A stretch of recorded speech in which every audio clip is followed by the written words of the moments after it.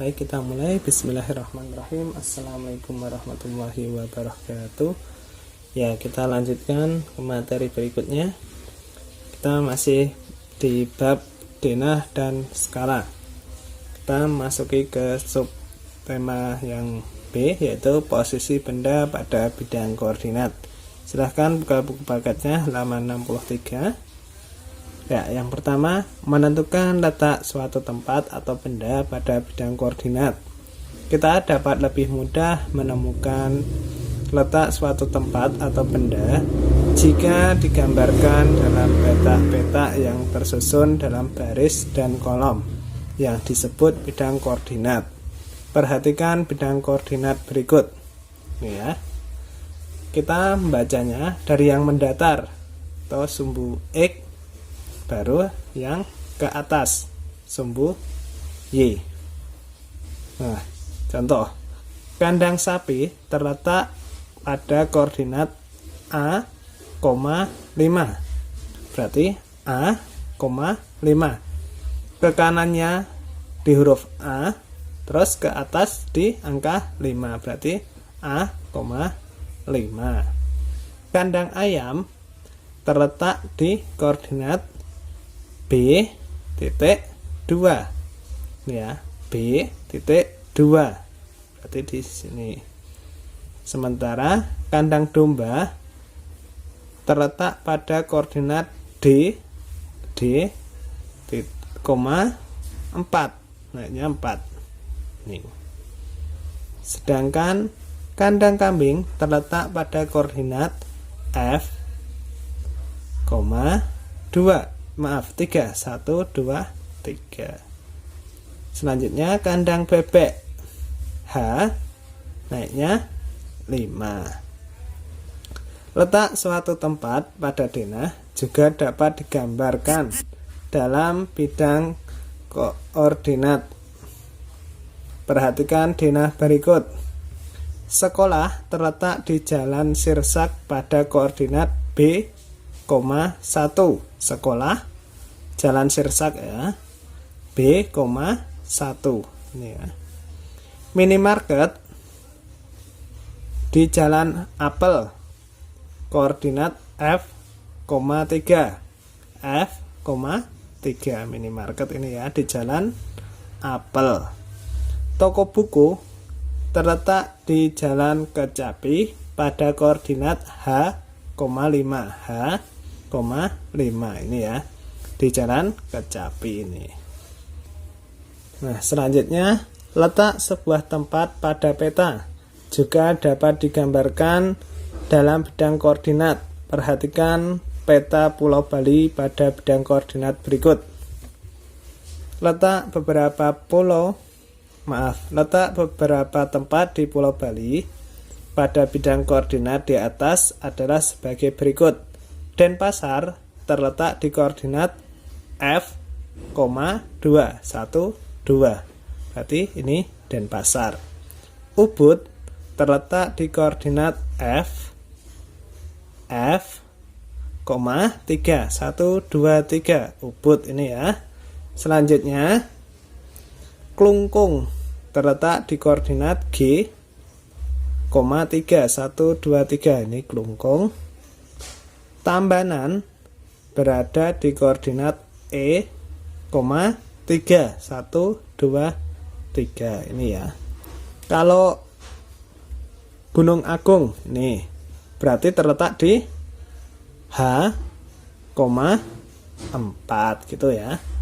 Paham? Baik, Bu. Tentang menentukan titik koordinat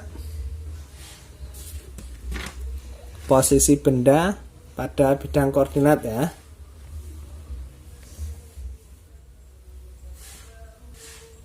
Baik, kita lanjutkan. Letak titik dan bangun datar pada bidang koordinat. Letak sebuah titik juga dapat digambarkan pada bidang koordinat. Penulisan letak sebuah titik sama seperti penulisan posisi benda pada bidang koordinat, yaitu menggunakan pasangan terurut X, Z, di mana X merupakan sumbu mendatar, absis, dan Z merupakan sumbu tegak ordinat atau ordinat ya. Akan tetapi penggambarannya sedikit berbeda. Perhatikan gambar berikut. Ini yang mendatar adalah sumbu X atau absis. Yang tegak ini sumbu Z atau ordinat. Di mana di perempatannya ini adalah titik 0,0 ya. Sumbu X dari 0 ke kanan ini bernilai positif 0, 1, 2, 3, 4, 5, 6 dan seterusnya. Yang ke kiri bernilai negatif. Negatif 1, negatif 2, negatif 3, negatif 4, negatif 5, negatif 6 dan seterusnya. Sementara yang sumbu Y yang ke atas yang positif 1, 2, 3, 4, 5, 6. Yang ke bawah yang negatif. Negatif 1, negatif 2, negatif 3, negatif 4, negatif 5, negatif 6 dan seterusnya ya. Untuk pembacaannya sama, yaitu sumbu X dulu yang dibaca, baru sumbu Z. Misal titik A ini ya, ini berada di sumbu X-nya, tarik ke bawah 4, berarti nanti 4, sumbu Z-nya berapa? Tarik ke sini, diangkat 2, berarti 4,2. Selanjutnya yang B di sini ya. Ini sumbu X-nya berada di titik negatif 5. Berarti negatif 5, Z-nya berapa? Z-nya di 0, berarti negatif 5,0. Selanjutnya yang C sumbu X-nya ke sana, berarti tarik ke sana di titik negatif 2, sumbu Y-nya negatif 3, berarti negatif 2, negatif 3. Titik D ini tarik di titik 6, Y-nya di titik negatif 2, negatif 2. Jadi titik D berada di 6, negatif 2. Seperti itu ya. Baik, contoh soal berikut ini ya. Teropong UN, ujian nasional. Koordinat titik berikut yang salah adalah titik A ini ya. Coba 2, negatif 2, X-nya 2, Y-nya negatif 2. Yang B di titik 3, berapa? 1. Terus benar ya yang B juga. Yang C ini di titik negatif 3, 1.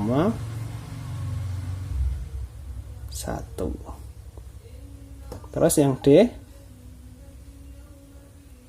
negatif 2, negatif 3. Berarti yang salah yang C. Baik, selanjutnya sebuah bangun datar juga dapat digambarkan pada bidang koordinat. Untuk menggambarkan bangun datar pada bidang koordinat, tentukan terlebih dahulu titik-titik sudut bangun datar tersebut. Setelah itu, hubungkan titik-titik tersebut hingga membentuk suatu bangun datar. Contoh ya, diketahui koordinat titik A 4,3, B negatif 2,1, C negatif 2, negatif 3, dan D 4, negatif 3. Apabila koordinat titik A, B, C, dan D dihubungkan, bangun apakah yang akan terbentuk? Titik A tadi berada di 4,3, ini A. Titik B negatif 2,1 di sini. C negatif 2, negatif 3 ini. Yang D 4, negatif 3. Dihubungkan A ke B, B ke C, C ke D, D ke A. Nah, sudah jadi bangun ini. Bangun apakah ini? Ini adalah bangun trapesium siku, di mana siku-sikunya di ini ya, di sini.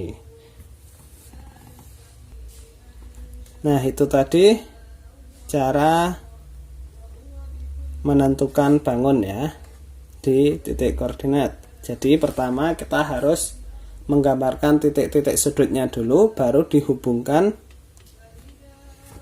titik-titiknya itu dengan garis. Sekian pelajaran pada hari ini. Assalamualaikum warahmatullahi wabarakatuh.